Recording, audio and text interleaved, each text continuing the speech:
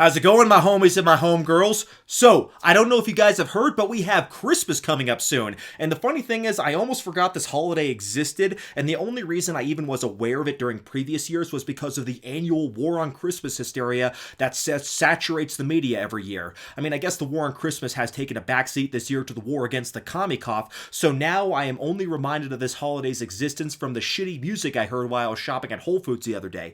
Now, speaking of Whole Foods, let me guys tell you, I absolutely cannot stand Whole Foods. Their produce is flat out highway robbery, and their marketing is designed to appeal to impressionable hipster dumb shits who think that something is worth spending 50% more money on just because it has the organic label on it. And I also noticed many of their meats are marketed as humane or ethically sourced or whatever. I mean, yeah, like I'm sure the animals are going to be grateful that the word humane is going to be written on their corpse after their throats are slit. However, despite my disgust with the store, I still do shop there occasionally because they do have admittedly good vegan options that I cannot find at other stores, and they have a decent supplement section as well. So anyways, while I was shopping at Whole Foods, I made my way to the supplement section aisle where I had to navigate around a bunch of gluten-phobic, massless Karens, as well as ketogenic yoga moms who stunk of butter coffee, bone broth, and coconut oil, and I finally found what I was looking for. Peppermint oil. That's right, this crap right here. So why would I buy this? Is this part of my hair loss stack, you may wonder? Well, no, not exactly. I actually use the stuff because I feel it helps a bit with my digestive health, and I like the way it smells too. Now, I am fully aware of the fact that in the field of alternative medicine, quack therapies like peppermint oil are frequently mentioned as a hair loss remedy, and it is thus found frequently in supplemental products marketed towards hair loss, and it is also sometimes marketed by itself as a hair loss remedy. Now, normally, I wouldn't make a video about this. I mean, I have created videos talking about really new and revolutionary treatments like prostaglandin treatments, RU5841, clascoterone, fluoridil, alpha-estradiol, and many other treatments. So you might think creating a video about some obscure natural treatment like peppermint oil would be going after low-hanging fruit. And it is. But I need to do a Christmas-themed video, and peppermint oil was my best bet because, peppermint oil is what they use to make candy canes. And also, I made a Halloween-themed episode where I talked about pumpkin seed oil, so I thought it was only fair I followed up with a Christmas-themed episode, and, this is the closest thing I can think of. So even though it may not seem like this is worth the time of day, I still nevertheless get quite a few people who ask me about peppermint oil, so damn it all, let's go ahead and see if this crap can be used effectively as part of a hair loss stack. So, people who have followed my videos before know that I am very jaded when it comes to the use of natural treatments, and a lot of this comes from my own personal experiences, having used natural treatments with no success, but also just from the fact that many natural products are marketed towards hair loss are not backed by any strong scientific evidence. Another thing that I have always found very frustrating when it comes to natural treatments is that people associate something being natural with being good or safe, when the reality is that nature is completely indifferent to such concepts. I mean, sadly, despite this, the hair loss industry feeds on this misconception, this fallacious argument that nature is good, and actively promotes this fallacious argument, hence why the hair loss industry is so oversaturated with worthless, naturally derived supplements that don't work, because they know consumers buy into the fallacy that nature is somehow automatically good.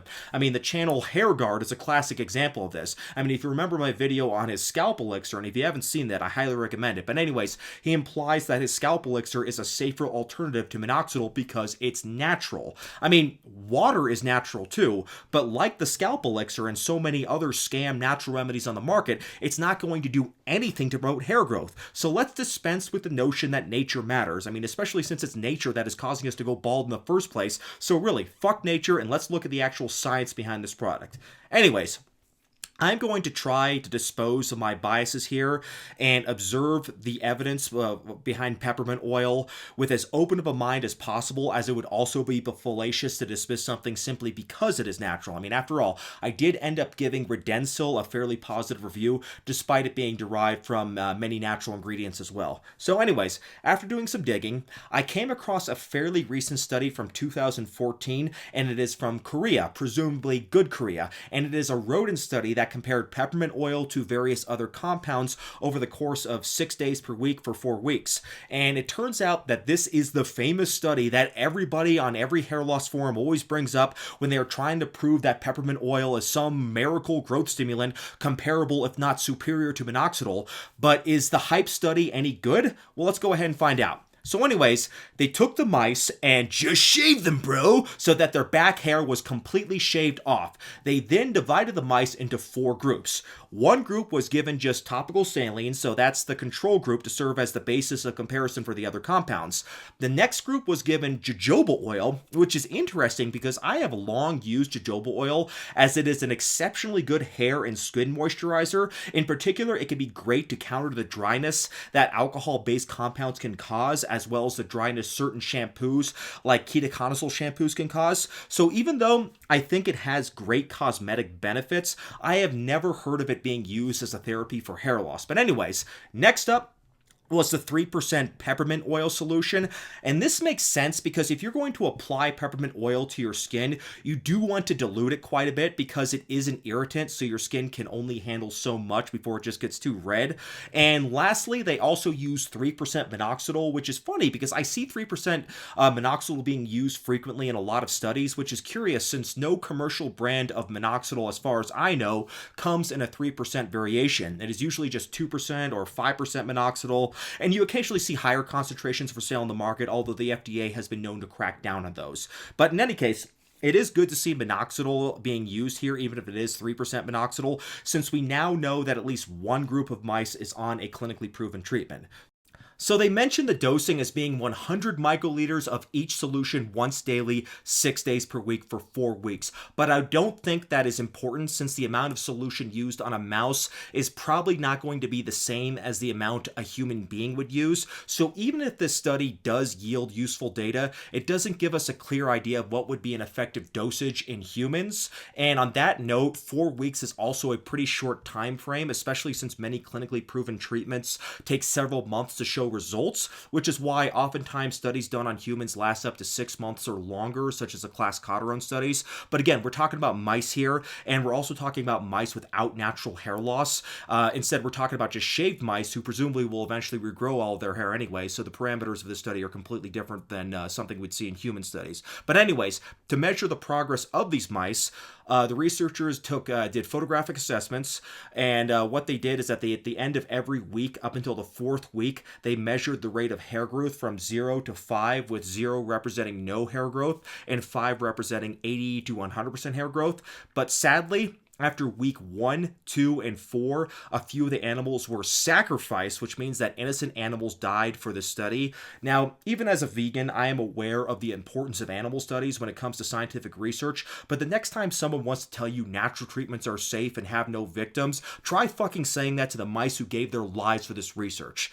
So anyways, the unfortunate mice who were sacrificed had their skin samples analyzed microscopically to examine the length and depth of their hair follicles, as well as to examine several biochemical analyses, including levels of alkaline phosphatase, which is an enzyme that is increased when hairs are in the anagen phase, which is the growth phase, and they also use RNA analysis to determine IGF-1 expression, which is an important growth factor since it promotes new vessel formation in the scalp and thus promotes hair growth. Remember, though, new blood vessel formation, aka angiogenesis, is not the same thing as blood flow. So don't confuse the two when somebody tries to sell you a hair loss product on the notion that it improves blood flow to the scalp. The two are completely unrelated.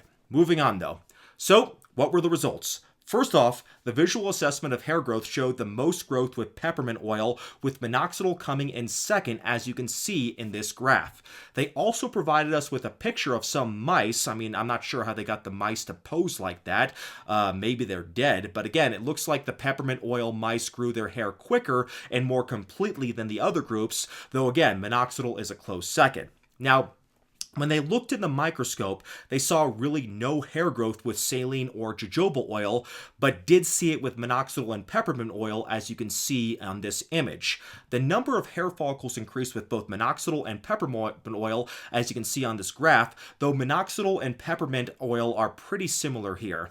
Alkaline phosphatase and IGF-1 both increase with minoxidil and peppermint oil, and here the authors sound a little biased, frankly, towards peppermint oil. I mean, one of the researcher says, and I quote, "Peppermint oil shows remarkably increased IGF-1 mRNA expression, even better than minoxidil. However, looking at the graph, there is not a statistically significant difference between minoxidil and peppermint oil at 4 weeks.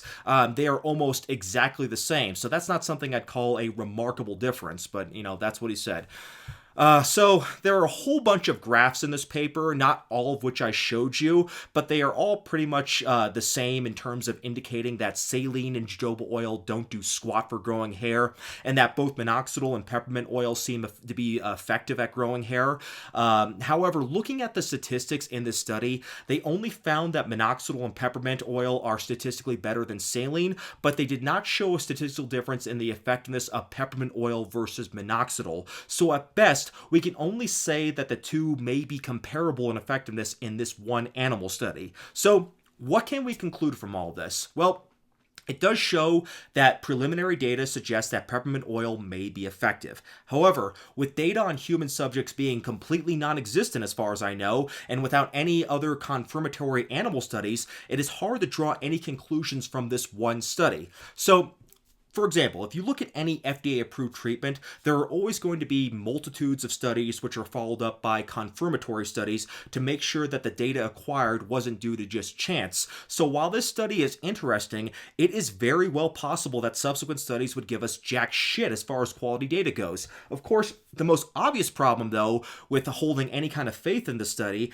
is the fact that it is a rodent study using shaved mice rather than actual human subjects with androgenetic alopecia or other types of hair loss. Now, rodents, like mice, are mammals like humans, and all mammals have remarkably similar DNA, over 90% or so. But an important distinction to be made with rodent hair is that it is not DHT sensitive. There do exist mice who have been genetically modified to have DHT sensitive hair, but such mice were not used in this study, so there is no way to tell how effective peppermint oil would have been on hairs that were being ravaged by the destructive nature of DHT, dihydrotestosterone. So I guess I should also mention I have personally used peppermint oil a couple times during my hair loss journey. It was one of the many hair loss treatments I tried prior to starting finasteride, along with many other natural compounds like saw palmetto, nettle root, onion juice. I also used laser therapy, and none of those things worked at all for me. Now, I know people will say that if I'm going to invoke my own personal anecdotal experience, then I should also account for the fact that other people have said peppermint oil has worked for them, and I have a theory about that. Keep in mind, this is just a theory.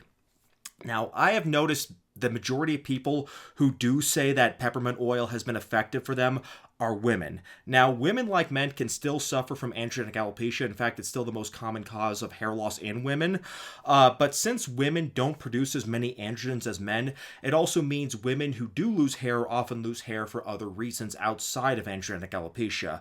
One lesser-known cause of hair loss is a condition called alopecia areata, which I've talked about a few times on my channel. And what it is basically it's an autoimmune disease where your own antibodies attack your hair follicles. It is easily distinguished from pattern hair loss as it tends to be patchy and random. Now, if you remember, I mentioned peppermint oil is a skin irritant, and the reason why that is important in the case of alopecia areata is that when you apply an irritant to the scalp, it can cause a form of dermatitis, which is skin irritation. When you have dermatitis on the skin, this can trigger an immune response which will cause the antibodies floating around your scalp to target the inflammation as opposed to going after the hair follicles. At least that is the theory, and this is why also some sulfur-containing compounds like onion juice are theorized to help with alopecia areata, and I made a video on onion juice talking about just that.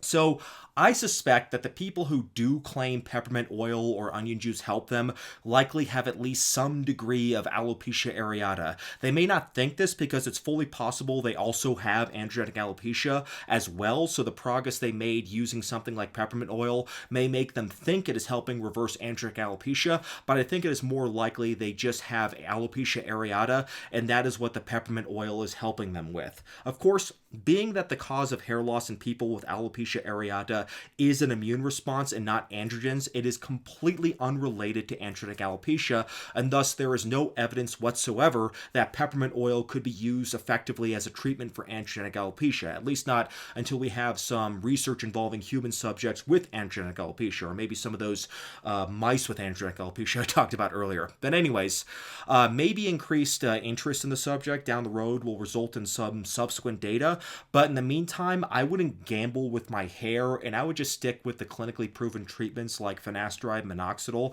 I mean, if you trust your hair to theory rather than outcome, then you may not get a second chance. So even though I have nothing against people trying new things, and I mentioned this many, many times, I still feel it's harder to justify a theoretical treatment when you yourself are the case study. So anyways, that's all I really want to say about that. I'm going to go back to Cyberpunk. I'm still playing the hell out of it. So I'm not going to be very active online until at least I've exhausted myself of the game in its entirety, like I've gotten the Platinum Trophy or so. But anyways, I just want to go ahead and wish everybody a Merry Christmas, a Happy Hanukkah, a Happy Kwanzaa, and a happy whatever the fuck it is you celebrate at the end of the year. Take care, and God bless.